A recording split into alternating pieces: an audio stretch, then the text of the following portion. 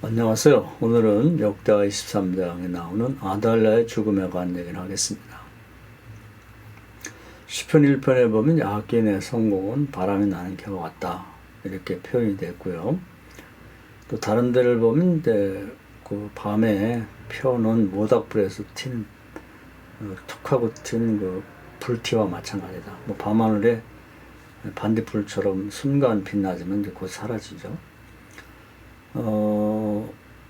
북쪽 이스라엘의 시집온 아달랴는 시돈의 엣발이라는 이방 왕의 딸로서 북쪽 이스라엘과 성공했죠. 사회적으로 보면 남편 아합을 자기 손아귀에 놓고, 그리고 자기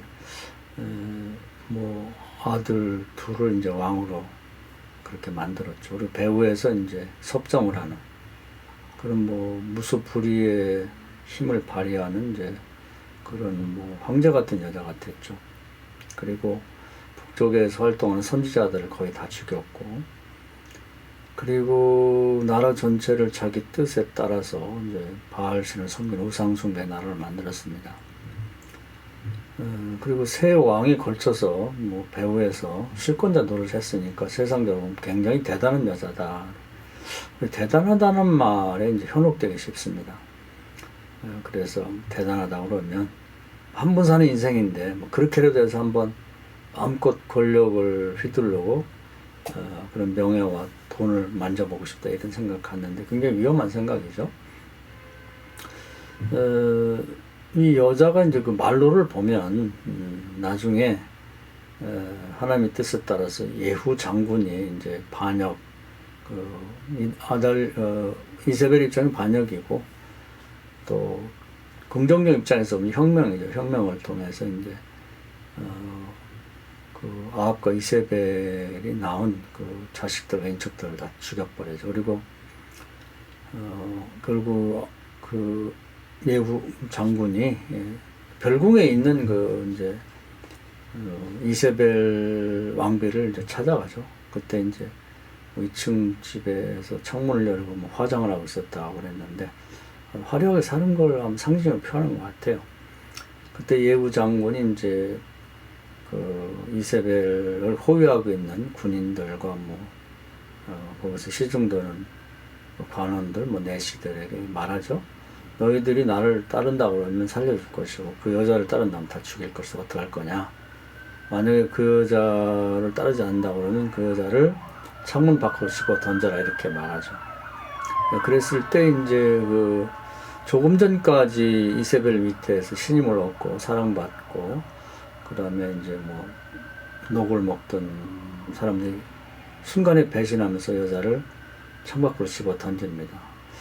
그래서 이제 떨어졌는데, 바닥에 떨어질 때 두개골 하고 뼈 몇 개만 남고 나죠. 무슨 수박이 깨지듯이 박살을 났다 이렇게 되어 있습니다. 그리고 그 시신은 과거에 억울하게 죽게 만들었던 나봇의 포도원 자리에 집어 던져서 무덤을 쓰지 못하게 만들죠. 그래서 들깨들이 이제 뼈에 붙어 있는 살조각을 떼어먹고 하늘에 나는 새가 와서 찌려먹고 이렇게 만들었죠. 그동안 화려하게 성공했던 대단한 여자로 그렇게 치부됐던 이세벨이 죽을 때 보니까 정말 보잘것없는 그런 죽음을 당하게 됩니다. 예후가 그 별궁에 도달하기 바로 직전까지만 해도 대단한 그런 이제 그 권력자이자 부와 명예를 다 갖고 있었는데, 그 별궁의 문에 들어오는 순간에 이제 그것이 끝나버렸죠. 바람이 나는 것처럼 다 바람이 날려가 버렸죠. 또 남쪽에 그 이세벨이 딸인 아달랴가 와서 비슷한 일을 하게 됩니다. 와서 처음에는 그냥 다른 나라에서 온 그런 이제 연약한 그런 그 왕비였었는데, 사실 여러 번 언급했습니다만 혼자 들은 건 아니고 영적으로 보면 군대 마이 같은 그런 영적인 세력을 배후에 두고 이제 등이 없고 이렇게 왔다고 봐야 되겠죠. 그래서 영적 싸움에서 결국 믿음이 없는 자기 남편 여호람과의 싸움에서 이제 여자가 이기죠. 그래서 북쪽의 이세발이 아합에 했던 그대로 이제 남쪽의 여호람에게 행합니다. 그래서 나라 전체를 우상숭배의 나라를 만들고 거기에 대해서 이제 불만을 가진 그 자기 남편의 형제들과 또 국가의 중요한 인물들을 다 처단하죠. 그리고 나서 이제 자기 아들, 막내 아들 아하시야를 왕으로 앉힌 다음에 또 배후에서 섭정을 하죠. 그래서 뭐 어린 아들이 왕이 됐지만 실제 왕은 이제 아달랴라고 봐야 되겠죠. 그러다가 이제 아하시야 왕이 북쪽에 자기 외갓집에 갔다가 예후 혁명 때 같이 죽어버리죠.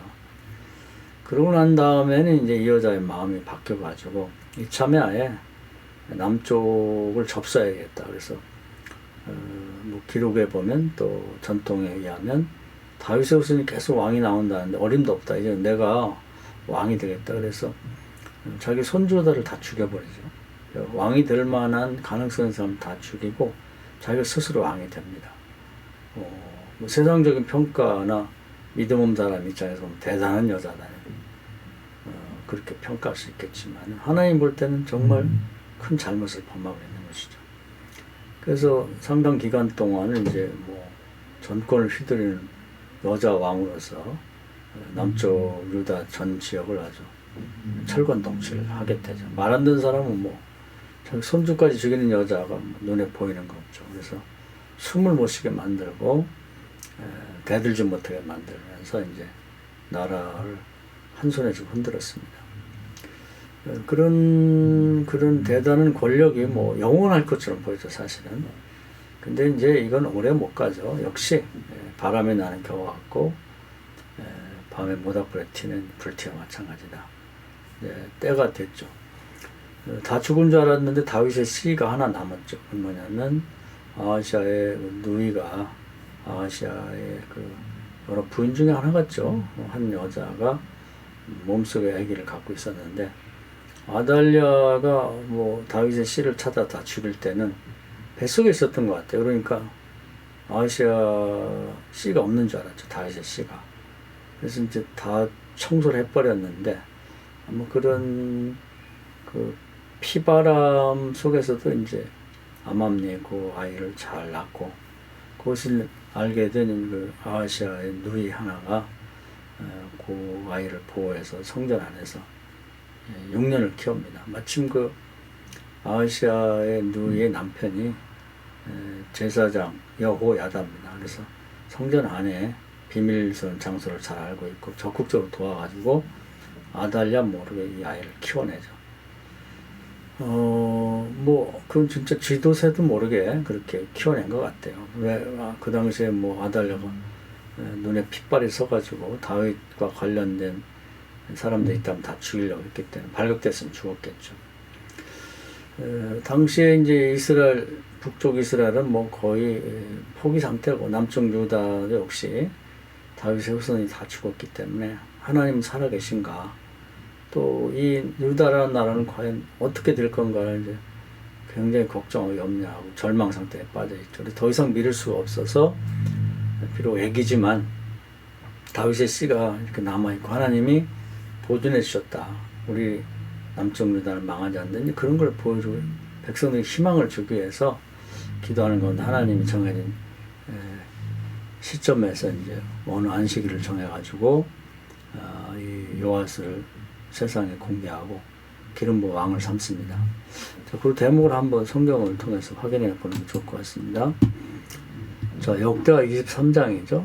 이제 8절부터 읽어보겠습니다. 레위 사람들과 모든 유다 사람들이 제사장 여호와에다가 명령한 모든 것을 준행하여 각기 수하의 안식일에 당번인 자와 안식일에 비번인 자를 거느리고 있었으니 이는 제사장 여호와에다가 비번인 자들을 보내지 아니하라.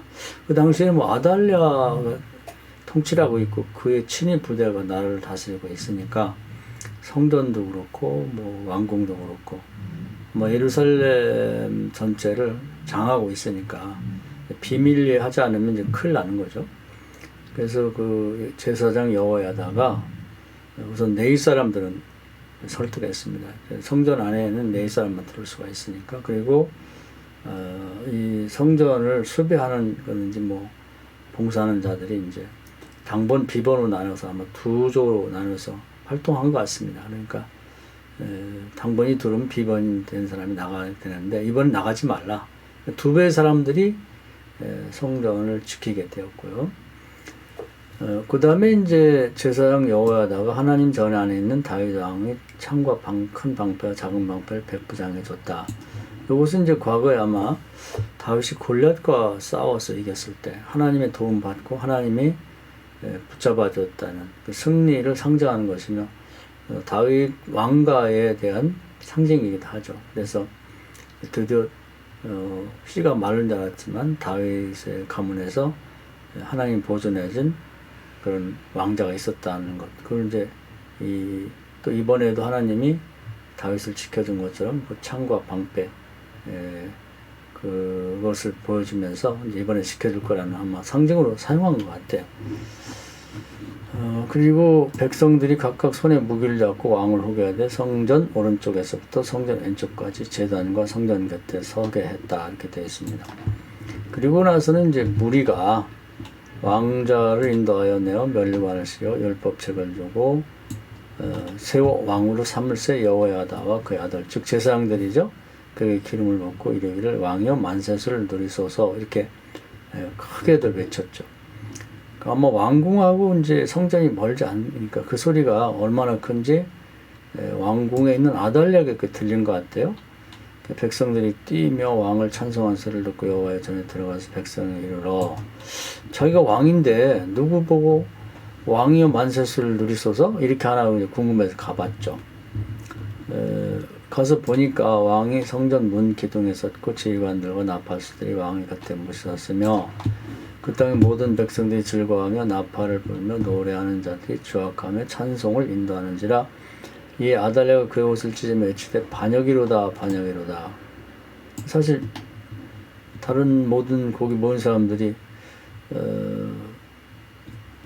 뜨악해서 바라봤죠. 아니 반역은 자기가 반역해서 이렇게 나라를 망쳐놓고 다윗의 후손이 왕이 되는데 무슨 반역이냐 그래서 전혀 동의하는 자가 없었습니다. 이때 이제 제사장 분위기가 완전히 이제는 새로운 왕에게 돌아선 상태인데 제사장 여호야다가 군대를 거는 백부장들을 불러 이르되 반열 밖으로 몰아내라. 그래서 군대 장관들을 불러갖고 아마 그 아달랴 혼자 오지 않았겠죠. 왕이니까 그 추종자들을 데리고 왔는데 다 몰아내라 그랬습니다. 대신에 칼로 성전에서 죽이지 마라. 성전에서는 이제 살인하지 못하도록 되어 있거든요. 그래서 그렇게 말했고 그래서 이제 길을 터서 나가게 하는데 본래는 이제 정문으로 왕이 근엄하게 아주 그렇게 들어가고 나가고 해야 되는데 사람들이 딱 둘러서 가지고 못 나가게 하죠. 그래서 결국 여기는 안 나오는데 11개에 보면 이제 말들이 나가는 가축이 드나드는 문으로 나가게 됐다 이렇게 되어 있습니다. 그래서 나가자마자 이제 그 문 밖에서 여호와를 죽이지 마라 이렇게 말했기 때문에 이에 우리가 그에게 길을 열어주고 그가 왕궁 말문 어기로 거기서 나가게 됐을 때 가축이 나가는 그런 문으로 나가게 됐을 때 거기서 이제 쳐주겠다 이렇게 되어 있습니다. 그러니까 참 악인의 성공이라는 건 역시 이세벨을 보나 아달랴를 보나 그것은 바람에 나는 겨와 같다. 이 아달랴도 조금 전에까지만 해도 무수부리의 권력을 가진 온갖 영화를 다 누리는 남쪽 유다의 제1인자였죠. 그 앞에서 감히 누가 눈도 제대로 마주칠 수 없는 그런 절대 권력자였는데 그 요아스에게 기름을 붓고 난 다음에 모든 사람이 왕여 만세서 하는 그 순간에 그만 순식간이죠. 땅에 추락하고 맙니다. 그리고 가축 취급받아가지고 사람이 아니라 가축을 죽이듯이 가축의 문으로 나가서 그 나가자마자 죽임을 당했다. 이세벨의 죽음이나 아달랴의 죽음이나 다를 바가 없는 것이죠. 그래서 악인의 성공은 이와 같은 결과를 낳는다.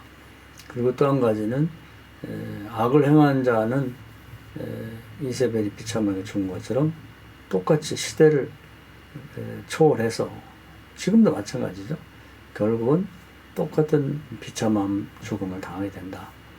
이렇게 말할 수가 있겠습니다. 그래서 우리는 이제 인생을 살다 보면 하나님에 대해서도 이제 오해를 하고 또 가치관에도 혼란이 올 수가 있습니다. 하나님이 살아계신다면 이제 저런 악한 자들을 왜 내버려 두실까? 그것은 하나님이 이제 때를 보시는 것이죠. 때를 보시고 대개 보면 죄악이 관영하게 될 때를 기다렸다가 아주 뭐 주도 면밀하게 제거를 하고 벌을 내립니다. 차라리 지상에 있는 동안에 이렇게 천벌을 받고 저주받고 죽는 게 낫죠. 벌 받는 게. 예수께서 눈이 범죄하면 눈을 빼고 발이 범죄하면 발을 자르고라도 천국 가면 좋다. 그럼 이제 그 부활의 때 이제 온전한 몸을 입을 수가 있으니까 그렇죠. 그러나 이제 그렇게 악한 일을 향하고도 자연사 할 때까지 아무 문제가 없다. 더 큰 문제죠. 그런 자들은 뭐 저주할 필요도 없는 그냥 지옥의 밑바닥에 떨어지는 자라고 보면 되는 겁니다. 그렇게 보면은 이 세상에서 악한 자의 성공을 부러워하려고 하나도 없죠. 선한 자는 어떻게 되냐? 선한 자는 지상에서 뭐 특별히 복 받는 것도 없더라. 그러니까 나는 선을 행하지 않을 거다. 이렇게 생각하는데 그것도 굉장히 큰 오해입니다. 하나님은 어린 소들에게 물 한 그릇 떠든 선행도 반드시 상을 받게 하시고 죄는 홀이라도 벌을 받게 하시는데 하나님이 그런 것이 어떻게 알 수가 있느냐. 길게 보면 그렇죠. 내가 선을 행하고 지상에서 상 받지 않고 칭찬받지 않으면 그것이 다음 세상에서 나에게 큰 복이 되기도 하고 내 후손들에게 큰 복이 되기도 합니다. 다윗 같은 경우는 받은 복도 크지만 그 이상의 선행을 행했기 때문에 하나님께서 그 후손 대대로 그 공로를 인정해서 좋은 그런 어떤 혜택을 보게 만드는 것이죠. 그래서 오늘은 이제 악한 자들에 대한 막연한 동경을 갖고 있는 그런 신앙인들이나 세상 사람들에게 주는 아주 명확한 교훈입니다. 아마 이세벨 하나의 예만 있으면은 뭐 실감이 안 날 텐데, 똑같이 그 딸인 아달랴도 비참한 치호를 만난 거 보면 역시 하나님이 세상을 치대한 기본법은 신문대로 거듭나는 법이다. 그런 것을 다시 한번 확인하게 되고 또 뭐 율법도 기본은 사실은 자연법이죠.